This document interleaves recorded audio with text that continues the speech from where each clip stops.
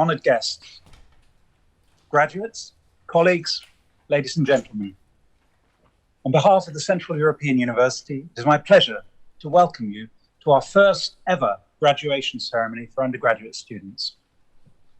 As well as being a wonderful occasion for students and their families, this is also a historic occasion for the university. My name is Tim Crane. I'm Pro-Rector for Teaching and Learning at CEU. Before I became Pro-Rector, I was a professor of philosophy here, but I was also involved, along with Dorit Geva, in the planning of the BA degrees in the university's move from Hungary to Austria. In Hungary, we were only a postgraduate university offering MAs and PhDs. In Austria, the university must have undergraduate programs too. So when planning our move to Austria, we also planned our BA programs. Our first students, some of whom are graduating today, the next will be graduating next year on the 4-year program, started at CEU in 2020. I was lucky enough to be one of their first professors, and teaching them was an invigorating and exciting experience. So there's a personal element here for me today to welcome our first cohort of graduating BA students at CEU. It's a real honor and a pleasure to be here. But as the saying goes, that's enough about me. We're here to celebrate our students. And our ceremony will start with some opening remarks from our president and rector, Shalini Randarian.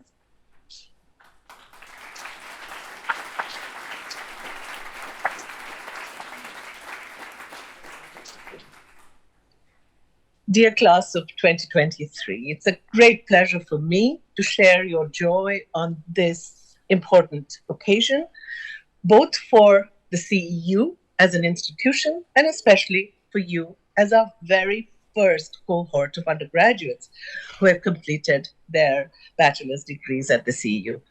We're gathered here to congratulate you on your success, on your achievements, and those also under trying circumstances you began under COVID in the year that you started with us. Our university, as Tim has just reminded you, started as a graduate school, but I must admit in retrospect, we're extremely fortunate that your education was forced on us. It was forced on us by the move to Vienna, and our faculty has responded to this challenge by expanding the university with 3 new innovative interdisciplinary undergraduate programs that have sought to marry the best traditions in British and American undergraduate education. I'd like to take this opportunity to thank all the faculty members who made these programs possible and who came together to orchestrate this really big change at the university quickly, efficiently, also under a very difficult set of circumstances, that of forced displacement from Budapest. For our times of dizzying changes, they rightly chose, I think, to impart education that draws on a vast array of social sciences and humanities and that fosters a keen sense of critical inquiry, more needed than ever today. As one of my predecessors at this university, Huda Elkanah, argued 15 years ago, no single discipline can deal on its own with the great problems humanity is facing.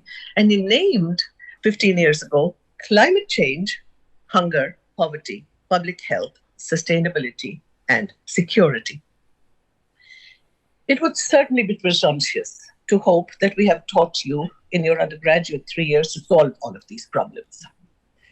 But we may have taught you a sensitivity to these problems, especially on a planetary scale, in a highly diverse classroom that allows you to see all of these challenges from a variety of geographical perspectives. I hope that we've also equipped you not only with some of the tools, but more importantly, with a mindset and the moral determination to strive towards solutions in your future educational trajectories, but also in your professional lives. So I bid farewell to you from CEU in the hope that we may welcome some of you back as graduate students, but also in the hope that you have learned to fulfill your potential as concerned citizens committed to the values of democratic, open, and humane societies I would like to thank you for choosing CEU and enrolling in our brand new programs. This was an adventure for you, but it was also an adventure for us. You had to put up with the university in transition, finding its feet in a new city, and experimenting with new curricula. And for us, you are the youngest ever cohort that the faculty has taught. You were, and I think you still are, pioneers. And as all pioneers, you've had to endure some ordeals too. These are probably less to do, I think, with the demands and exigencies of your coursework than with the hardships of dealing with the pandemic, a long series of lockdowns, combined with mandatory shifts to virtual classes, which turned all our lives upside down during the last couple of years. Against these formidable odds, compounded by the continuing war of aggression against Ukraine, which has also cast a shadow on our community, you have succeeded in completing your degrees, and this deserves a really hearty applause. Well done.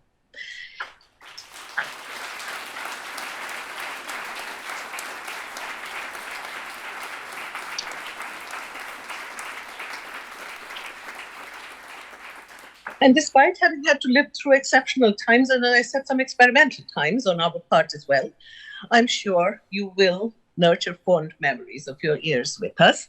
And I trust you will share these memories as well as your experience of your students' days in this wonderful city and in an intellectually exciting university with your circle of friends, with future colleagues, wherever you move on. Of course, as CEU graduates, you will also become proud, and I should hope, loyal members of our large and growing family of alumni. You will always find the CEU community to be a welcoming home for you, ready to extend support in good times, but also in difficult ones. I expect some of you will stay on with us and continue for a master's degree or return in the future. But as your alma mater, our doors always remain open to you. Many of you are preparing also to move elsewhere to pursue professional ambitions. And so let me end by wishing you all success and the very best of luck. May you fulfill your dreams. But do remind yourself of the duties and responsibilities that come with the diplomas you're about to receive from the Central European University. As you put to good use the knowledge and the values acquired during your years here, it will need a fine balancing act between a successful personal individual career and a strong commitment to the welfare of your fellow human beings. The struggle for universal justice begins anew every day, and your contribution to it will make your lives truly meaningful. I know that we can count on you, and of course, you can always count on us. As I said, for us, you're a very, very special group. It has a unique place in the history of our institution as our youngest and our first undergraduate cohort. So with that, farewell, but also a warm welcome back to the wider One CEU community. Congratulations and all the very best.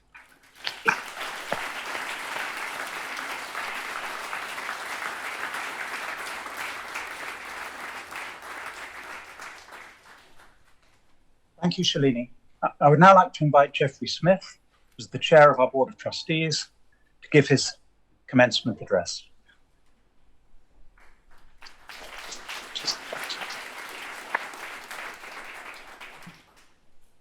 On behalf of the Board of Trustees of Central European University, a warm welcome to my fellow trustees, to the CEU administration, faculty, the staff, families, friends, and of course, most importantly, the graduating class of 2023. Commencement speakers, at least in the United States, are well known for delivering pithy aphorisms to graduates to send them off into the world. For example, Apple's founder, Steve Jobs, famously advised the Stanford graduating class, "Stay hungry, stay foolish." At my daughter's college graduation a few weeks ago, the head of the Environmental Defense Fund told the graduation class, amongst other things, to make deliberate choices, don't drift. While these both seem like good pieces of advice, unfortunately, I don't have any such neatly wrapped phrases for you today. Instead, I want to mark your achievements and wish you all the best in your future endeavors by offering you three things: a list, a fact, and an object. So first, a list. David Hilbert's a very famous mathematician. Hilbert spaces for you in the math scene. But he's actually most famous for a paper that he delivered in 1900 at a mathematics conference in Paris that was entitled Mathematical Problems. And in the paper was no new math. In fact, there was no math that he had done at all. It was a list. It was the list of the 10 most important math problems that Hilbert proposed needed to be solved in the next 100 years. A fact. ChatGPT, which some of the faculty is worried is going to ruin their ability to teach you to write, garnered 100 million users in 2 months. And if what you're thinking about this fact, 100 million users in 2 months, is that the pace at which new technologies are being widely adopted seems to be ever increasing, you're in fact correct. It took Netflix 10 years to reach 100 million users. Twitter did it in 5 years, Facebook in 4.5 years, WhatsApp in 3.5 years, TikTok in 9 months, and ChatGPT in 2 months. So it is a fact that new technologies are being invented and adopted at a rate never before seen in human history. And this is in large part because in order for growing societies to deal with the unavoidable limitation imposed by resource constraints, they must innovate to survive. Jeffrey West is a physicist at the Santa Fe Institute, and he explained this by saying, the only way to avoid stagnation from a shortage of resources is to change something. We call this an innovation cycle, and they are clearly apparent throughout history. There's the invention of the steam engine, the car, and the digital revolution. What these advances all have in common is that they allowed society to continue to grow. That's the good news. The bad news, though, is that in his theory of growth and innovation, innovation comes at a price. As the size of an economy expands, his mathematical equations predict that the time between these innovation cycles must decrease. We must innovate ever faster. And so while it took humans a long time to invent the steam engine, there was less time to get to the car and then less time still to get to the digital revolution. And so the end result is that the bigger the economy is, the quicker we must innovate in order to continue to grow, creating an infinite positive feedback loop, at least in theory.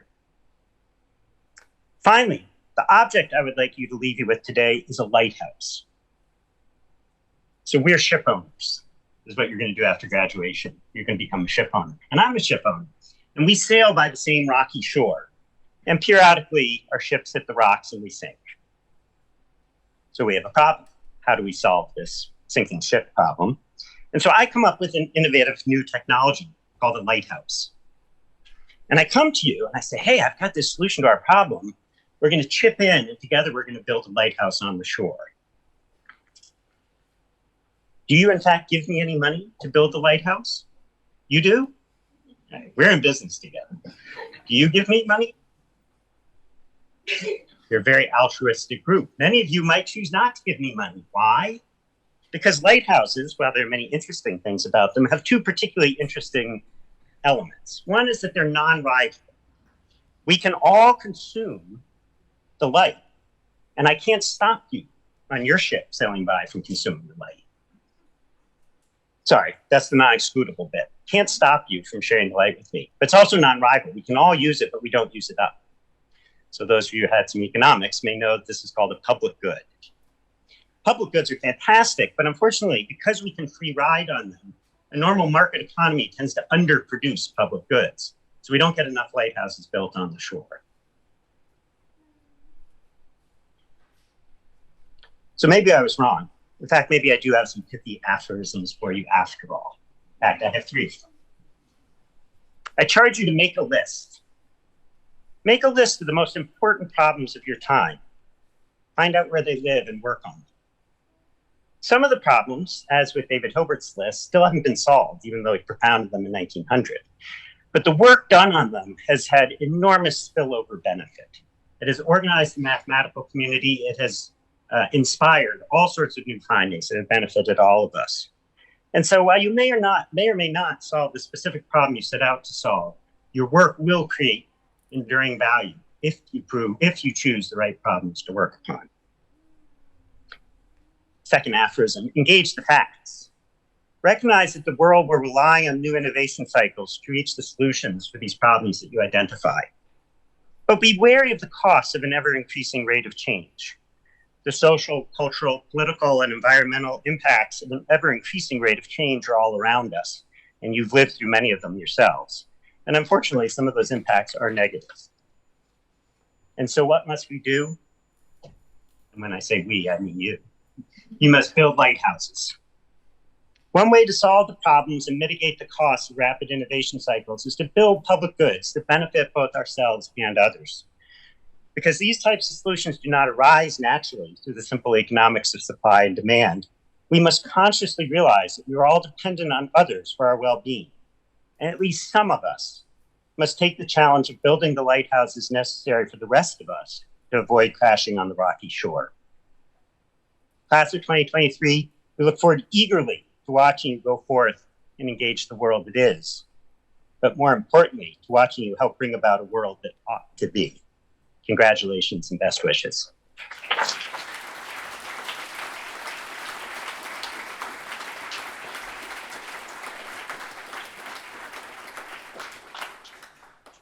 Thank you very much, Jeff. Our next speaker is Professor Andres Moles, who is the current Dean of the Undergraduate Studies.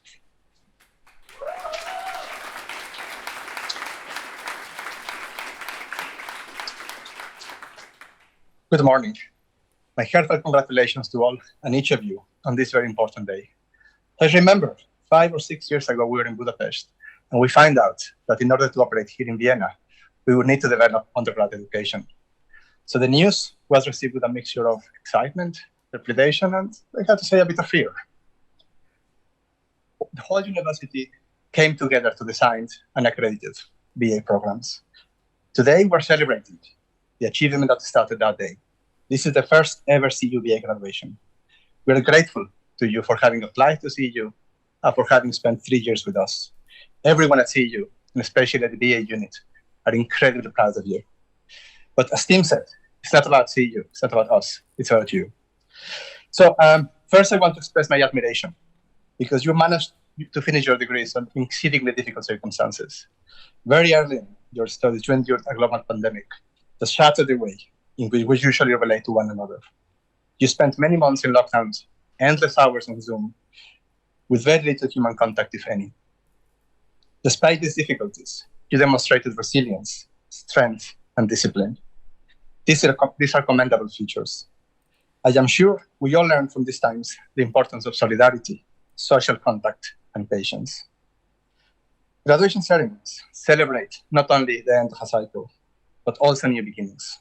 As you go to the world, either to continue studies or to enter employment, please remember to embody the values of the open society that drive our university: democracy, toleration, inquisitiveness, freedom, and justice. The world today is facing severe challenges. There is a criminal war on our doorstep that threatens to reshape the world order. There are intolerance and reactionary attitudes rising in many parts of the world. And most importantly, we are facing the biggest challenge that humanity is facing, which is climate change. We hope, and we are also confident, that as you continue your path, you and your generation will make things better, at least much better than our generation has done so far. Needless to say, many people have helped you and contributed to the success we celebrate today. Your professors, many of which are sitting here today, program coordinators and staff, family and friends. I want to thank them for the unwavering support during these years.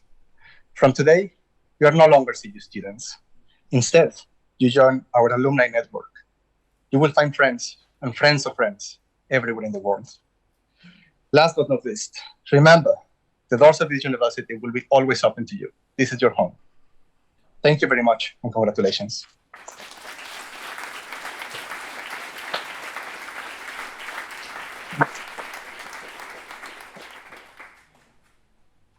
Thank you very much, Andres. There are many people who have brought this project of graduating our first class to completion.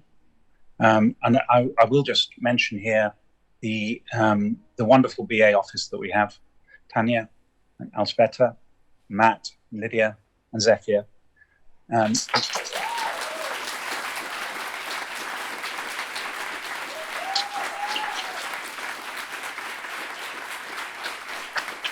And also the program directors, Matthias Bogarts and Michael Dorsch, for the 2 programs who got there today. But I'd like to give a special thanks to another colleague who's sitting with us here on the stage, Professor Dorit Gever, who was the first Dean of Undergraduate Studies.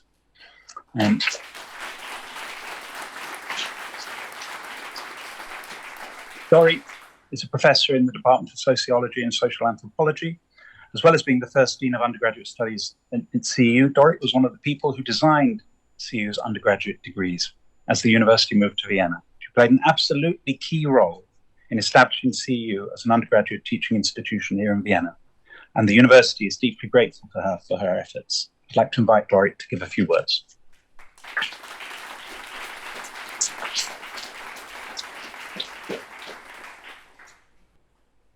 Thank you, Tim, for the kind words. Dear class of 2023, I ask the rest of the audience to please forgive me, but it is truly a commencement speech for you, for our graduates. It's really an honor to be here and to speak as the former Dean of Undergraduate Studies.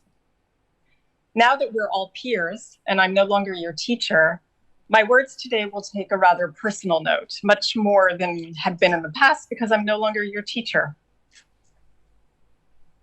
When I was about your age, I was just starting BA studies at Tel Aviv University when I attended a peace rally in November 1995. I went with a new group of friends to hear Israeli Prime Minister Yitzhak Rabin deliver a speech about his dreams for peace in the Middle East. Walking back home after the rally, my new friends and I started noticing that many radios and televisions were being blasted from people's homes, and there was an eerie silence in the street. We finally learned from another bypasser that minutes after giving the speech we had just witnessed, Rabin had exited the stage and had been shot by a gunman. News of his death came shortly thereafter. Days of national mourning followed. Aside from a political awakening, something else, however, happened that I carry with me to this day. We group of new friends became bound together, connected for life by this formative experience of finding each other during crisis. A few years later, I was near Washington Square in New York City on a beautiful September morning. I was then a PhD student at NYU at New York University and found myself watching the Twin Towers burn and collapse. Dazed and confused in the streets of New York City's Village, I eventually located other friends who had been in a similar situation. We found each other and we huddled. Fast forward many years, I won't say how many, although you can probably calculate, living in Budapest as a CEU professor, like many in this room, and as you've already heard and know well, in the spring of 2017, we learned that CEU's programs would no longer, or academic programs would no longer be allowed to operate in Hungary for political reasons. And to enable saving the university and a move to Austria, we needed to create our first BA programs. You know this founding story well. And as you've also heard, a group of us worked to the brink of exhaustion in leading creation of a BA in Culture, Politics, and Society. And another group worked tirelessly on creating the BA in Politics, Philosophy, and Economics. And later, a third group worked to found the BA in Data Science and Society. I still have emails from that period when we would be emailing each other live back and forth at 3 a.m. because we were sleepless with worry. But it wasn't just us. Creation of the BA programs involved contributions by every single professor and administrator at CEU. It was absolutely outside anyone's contractual duties. It was a collective labor of love. In the midst of crisis, CEU found, we found each other as friends and we all huddled. There will be hard experiences in your lives. I'm sorry to say it, but it's true. Some will come from world events, some will be much more personal, and you never necessarily know when they're going to happen. In fact, usually you don't. You will need resilience. Some of that resilience will come from friendships and the personal commitments in which you invest. I sincerely hope that some of your CEU friends will play that role in your lives for many years to come. You have learned so much in the past 3 years, and we are so proud of you. But the most important lesson for life, I hope the entire CEU community has passed on to you, is that the greatest things and also resilience happens when you find your friends and huddle. Thank you and congratulations to the class of 2023.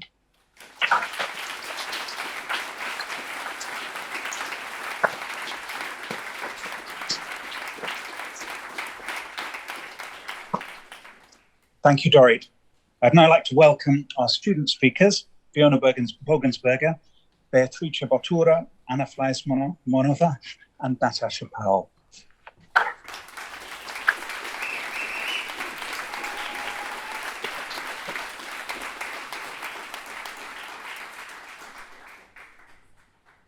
Hi, I'd like to start by welcoming our distinguished guests, members of the board, faculty, staff, families, friends, and of course, my fellow graduates. Firstly, congratulations to all my classmates. And secondly, thank you to all of you for being here to celebrate our graduation of the class of 2023 on the 23rd of June. For those who don't know me, my name is Natasha Powell. I'm a graduating student and I'm honored to stand here in front of you. On behalf of our graduating class. I am joined here today by Anna, Beatrice, and Fiona. You might be wondering why almost half of the graduating class is standing here in front of you, giving a speech. There, of course, is a perfectly good, reasonable explanation for this. We were gifted with an impeccable sense of humor, and we didn't want you to miss out. And also, after working on our individual thesis, having a group project like this is a relief. So we decided to, instead of giving a speech, which seemed a bit bland for us, come up with a version of Spotify Wrapped for the class of 2023. So without any further ado, let us begin. So as you know, we're 12 people, 11 are here with us, and we represent 8 different countries. Even though it can seem like a big number of these countries, one thing we have in common. 5 of those countries were surprisingly under the power of the Habsburg monarchy. Hungary, Italy, the UK, Slovenia, Norway, Germany, Austria, and the Czech Republic. Our programs, as you well aware are philosophy, politics, and economics, and culture, politics, and society. 3 of us are from CPS. 2 of us are majoring in sociology and anthropology, and 1 in nationalism studies and political science. 9 students are from PPE, out of which 2 people majored in philosophy and politics, 7 in economics, but also in politics. Politics simply indeed connects everyone. So, not only are we, as we heard from the amazing speeches before, the first graduating BA cohort at CEU, but we also spent a very large portion of our studies during COVID and under lockdowns. In actual numbers, we had 43 courses at CEU with a very wide variety, ranging from history of film to understanding banking crises. And as courses were scheduled at around 2 hours per week in total, we had 1,032 hours of classes at CEU. Out of these 1,032 hours of classes, because of various COVID measures, 432 were held online, or 42%. So, as you can see, almost half of our classes were spent online. This was not always easy for our professors, but they were incredibly accommodating. They could switch to an online class in a matter of hours if one of us had a COVID case and called in the day in the morning and said, sorry, I can't come to class. When we did have classes in person, they followed under strict COVID guidelines. Because of also Austrian law regulations, For a period of time, we had to come in every day to CEU with a PCR test. So in total, each person of our BA cohorts did around 75 PCR tests in our day times here. That's a lot of cotton swabs for us. Finally, and specifically, during the 6 weeks we had allocated for writing our bachelor thesis, our coffee consumption increased exponentially. I estimated that we as a total consumed around 600 coffees. So I think we single-handedly financed CEU's cafe. Hello. As Fiona just mentioned, almost half of our degree was online. However, in spite of the hardships this entailed, Zoom classes did not stop us from learning interesting facts and useful skills. For instance, we repeatedly learned that correlation is not causation. We also learned how to understand the vocabulary of The Big Short, the award-winning movie directed by McKay describing how the 2008 financial crisis was triggered by a housing bubble in the US, which, in full honesty, I used to prepare my microeconomics exam. Though I must admit, I wouldn't have fully understood the movie without my classmates' very patient explanations. A particularly fun thing we learned was how to calculate why people smoke. And yes, this was a final exam. Finally, we learned that the ethical dilemma behind the trolley problem has no solution, or that it's simply too frustrating. Online classes taught us all this and more. For instance, they provided us with the memory of our professors, contributing to some of our favorite quotes. Messi, not like the football player. Just a moment, I'm fighting with the whiteboard. And it's on a spectrum, used to describe just about anything. Throughout these 3 years, we also had numerous stimulating and sometimes heated discussions, both online and offline.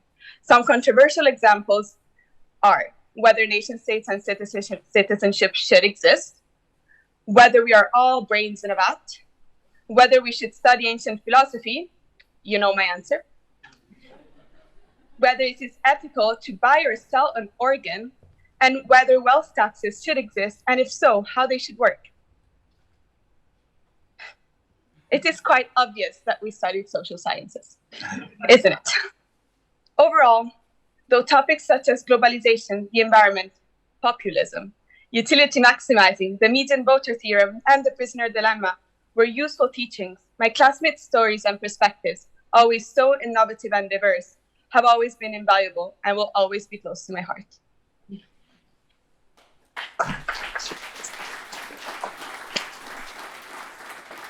Okay, thank you, Bebe. Now let's have a look at our most common student phrases, starting with the hunger question. Do you want to go to Bella? Big lifesaver, Nacho. Our favorite online class question. You're muted. Can you hear me? Our most used post-class question. Do you want to have a coffee break? We are very grateful for our cafeteria contributing to that. And finally, our most used in-class question regarding essays and papers. So what exactly counts towards the word count? Now, we would like to share some of our favorite characteristics for each of our graduating grade students from the past 3 years. Now, I would like to start with Ethan, who always gave us the best and constructive feedback. I would like to continue with Peter, who was our Zotero expert. Continuing with Andre, who sadly could not make it today, explained to us many times that there is a difference between crypto and online currency and that they're exactly not funny money. Konstantin, who always had a very fitting quote from a famous person at hand in every class discussion. Melanie, probably the most environmentally conscious for all of us, who traveled by bike every single day and even came today to the graduation with her bike. Fancy, a very grounded person who brought otherwise very heated discussions back to earth and calmed us and put us back together. Maike, who won an essay competition in political science, which I think we should all read, and you guys as well. Alfred, who gladly took up on the role of playing devil's advocate. And Beatrice, who always managed to argue for technocracy and as to be the best form of government, and she could not be swayed. And last but not least, my fellow speakers, Anna, who chose the coolest thesis topic of all, Fiona, who never missed a chance to engage in class discussions, even now, and Nati, our most outstanding presenter, to whom I gladly pass on for the final word. Thank you. To conclude, and on a more serious note, I would like to express our gratitude to the faculty, professors, and the BA team who have guided us through these past years. We are the first undergraduate class of CEU, and they helped make it very special and memorable. Along with the professors, we of course also have to thank the teaching assistants who helped make both ours and the professors' life a bit easier. I would also like to express our sincere appreciation to the Academic Writing Centre and the Library staff for their invaluable contributions to our education. Their assistance, expertise, and resources have been vital in our academic growth, and they also contributed to us standing here. And while I cannot thank most people by name, I would like to say a special thank you to Judith and Robert, who taught our thesis writing seminar, for their guidance and unwavering support throughout this intricate process. Filled with a mixture of excitement, gratitude, and melancholy, just like our undergraduate years, this speech is nearly at its end. I'd like to offer one last thank you to my fellow graduates, from whom I've learned so much. We've made friendships that will hopefully last and help us in the future. And as we prepare to embark on the next chapter of our lives, I hope we take with us the knowledge, skills, and experience we have gained. Congratulations, class of 2023. We've seen you at CEU.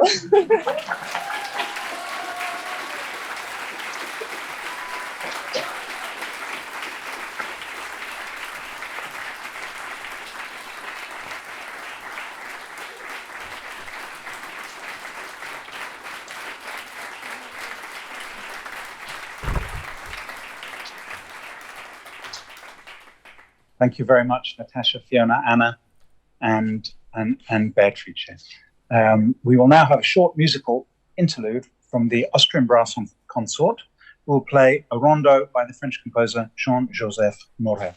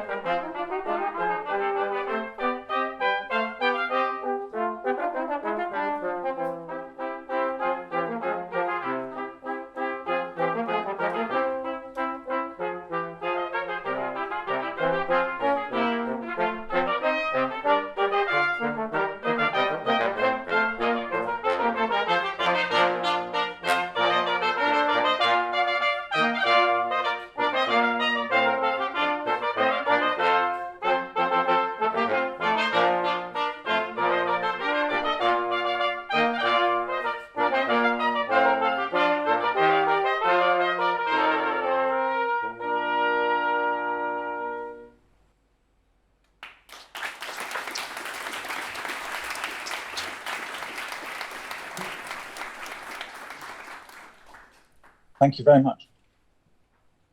We continue with the conferral of bachelor's degrees by the President and Rector. The Dean of Undergraduate Studies will call each candidate to step onto the stage and come forward to be greeted by the President and Rector and the Chairman of a Board of Trustees. Candidates for the Bachelor of Arts degrees in the class of 2023, please rise. President and Rector, I now ask you to confer bachelor's degrees upon our students. By the authority vested in me by the Charter and trustees of the Central European University, I now confer upon you your Bachelor of Arts degrees. Hearty congratulations to all of you once again.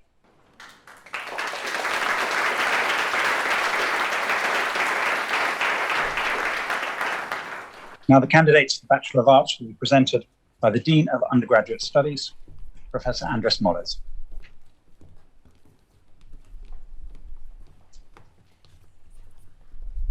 Candidates for the Bachelor of Arts degrees, please step onto the stage and come forward as your names are called. Candidates for the Bachelor of Arts degrees in Culture, Politics, and Society are Ethan Danish, Canada.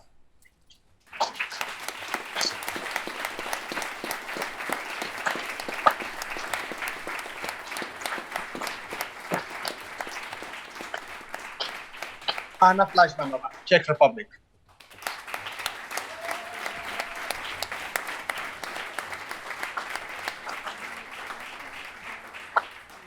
Peter Uivari, Hungary.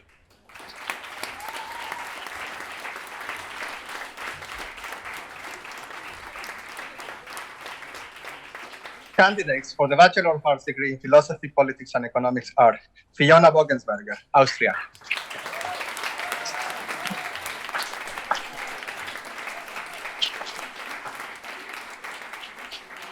Beatrice Bottura, Italy.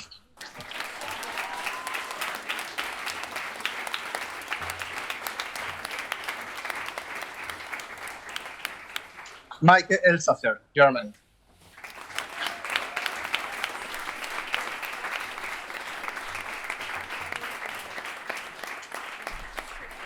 Melanie Helm, Austria.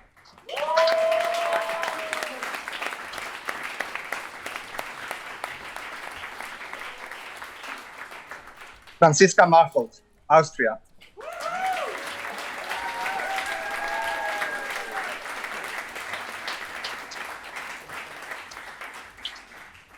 Natasha Powell, Hungary.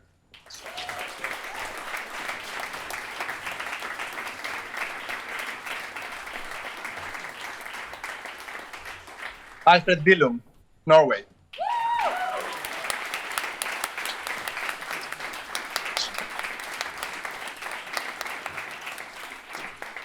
And Konstantin von Lingen, Germany.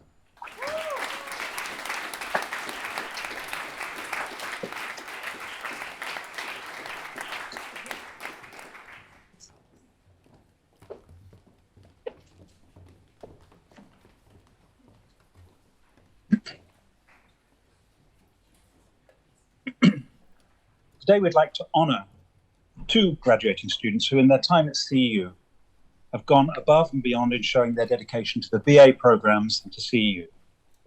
These students were always ready and willing to volunteer for open days, recruitment, webinars, advertising campaigns, as well as acting as student representatives for their programmes. And they've left a lasting impact on the CEU undergraduate programmes. We would like to present Beatrice Bottura and Natasha Powell with the Undergraduate Outstanding Service to the Community Award.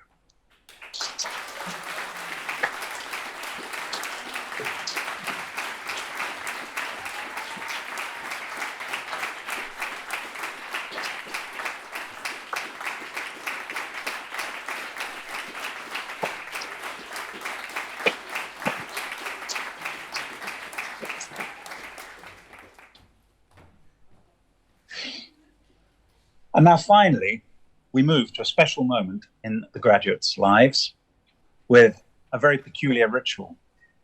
Members of the class of 2023, please rise. As you know, one small ceremonial step remains.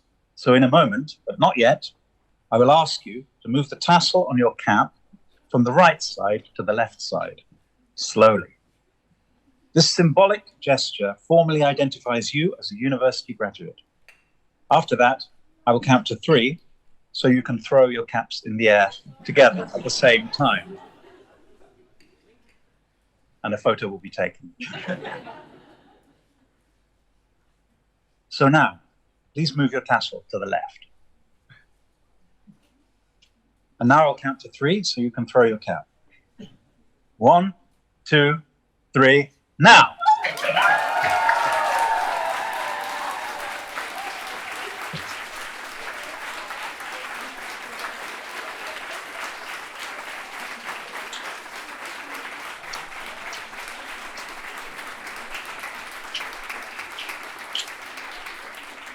Distinguished guests, colleagues, families and friends, please join me in applauding finally the new members of the Central Class 2023 from the Central European University.